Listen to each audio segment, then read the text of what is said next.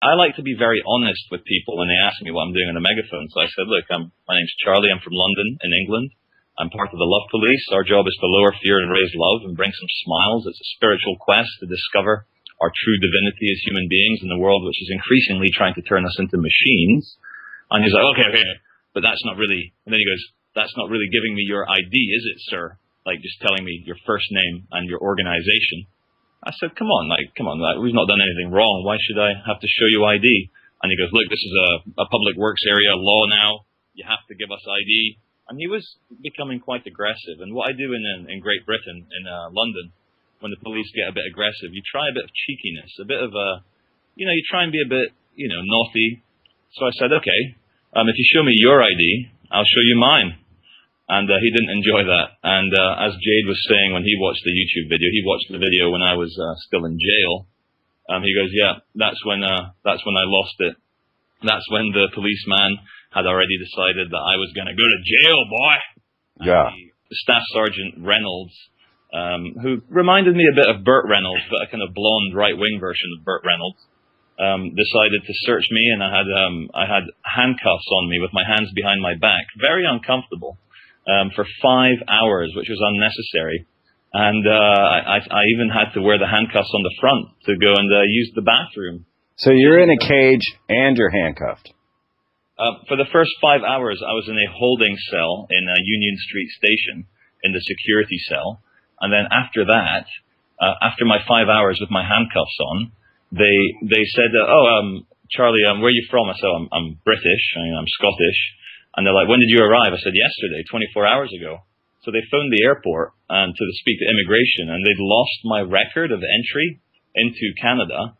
So then they instantly became very hostile, saying, oh, we're very suspicious of you because there you were megaphoning, being a bit of a... Are we allowed to swear on your show? Or I'm probably best. I don't know. I've never figured out if we're actually broadcast on the radio or not. Anyway, he's like, yeah, there you were being a bit of a troublemaker, and now you're being extremely cooperative and friendly. We find this very suspicious, sir. And I was like, whoa, I'm being cooperative. Surely that's what you want me to be. I'm not here to cause trouble. And they're like, right, tell us your real reason for coming into Canada. I said, well, as I said, I'm part of the Love Police. I'm here to film the G20 and, try and create a bit of fun and hilarity surrounding it. So then then a couple hours later, still within the 5 hour handcuff session, they got immigration to come down and interview me. And they're like, do you have any criminal convictions? I was like, no. And they're like, you're lying. I was like, no, I don't have any criminal convictions. I've been arrested a few times, but I don't have any criminal convictions because nothing's ever stuck because I don't break the law. They're freedom of speech issues. And he's like, look, we've spoken to Interpol, which is the International Police Agency, and they say you've got criminal convictions. I said, no, dude, I promise I don't have any criminal convictions. Like, you're lying. But it was all the test. They were just doing that to test me, and apparently he believed me that I didn't have any criminal convictions.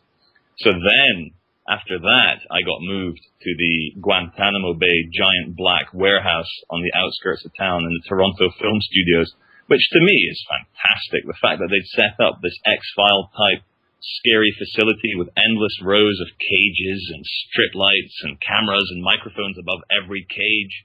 It was like some sort of like alien holding facility from the X-Files, and it was utterly surreal. And I actually had a little laugh to myself, thinking I'm actually being held as a filmmaker in the Toronto Film Studios in a cage.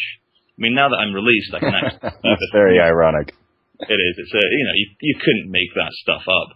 So I forgot to mention, I got strip searched once every 5 hours just to make sure that I didn't, insert some knives up my penis or anything. So obviously that was a bit more of a degrading factor. They were just trying to break you down because obviously you're in a cage. What are you going to do?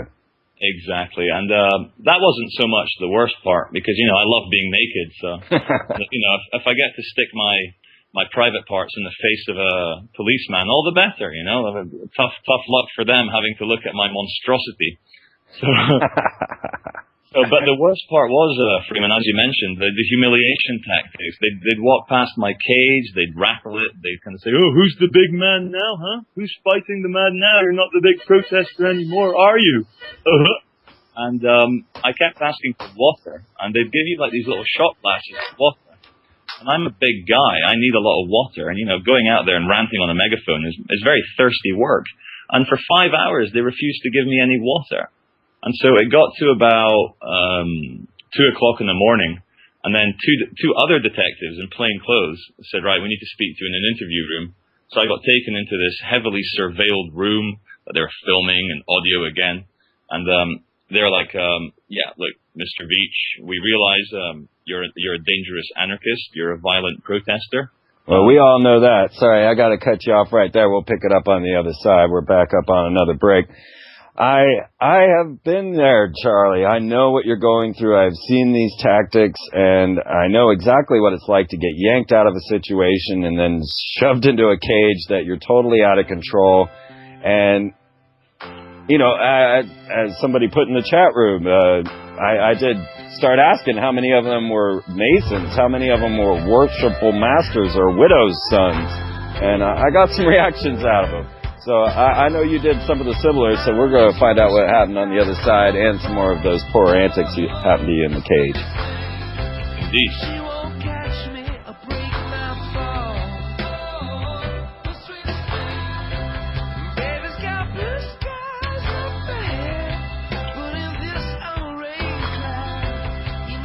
The great challenge for us as freedom-loving, infinite spirits, children of the goddess, is to connect with the authority figures, because as soon as we get the authority figures on the side of the people, because they are people, then the protection barrier between the very small group of people who are trying to run this world and the public, that barrier will evaporate, and they'll just have to move back to their Caribbean palaces and leave us alone, I guess. Yeah, I definitely find that they're not happy, and I see that rich people aren't happy. You know who I see that are happy are the poor. Well, since I left finance just over a year ago, Freeman, I've met so many people who I now consider close friends, people on the same wavelength, people who I would never have met in finance. And I was earning a very good salary. I was well paid for, pushing investments onto unsuspecting members of the public. And, I had a very good lifestyle, but kind of a materialistic lifestyle based on posh things and having money is not, it doesn't make you happy. And I felt empty. And in the last year, I've had very little money, but my spiritual capital has gone through the roof. Yeah, and what I found as well from personal experience as well is that whenever anyone starts following their dream, you will find that you are surrounded by guardian angels, and most of them in human form, who will recognize that you're trying to do something original, that you're trying to do something.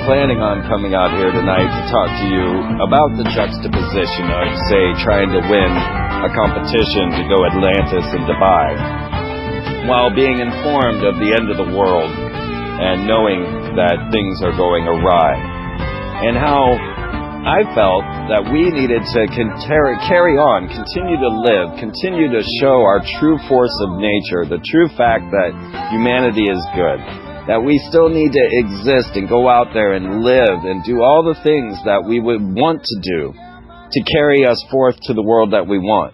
Because if we spend all of our time in a reactionary stance where we are simply fighting as they throw the rocks at us, then we are going to end up in hell, because we're following the game plan perfectly. I felt this way about 9/11. I felt this way about the oil spill, that these things, first of all, are not our fault. This is not human nature. This is not humanity's fault. This is the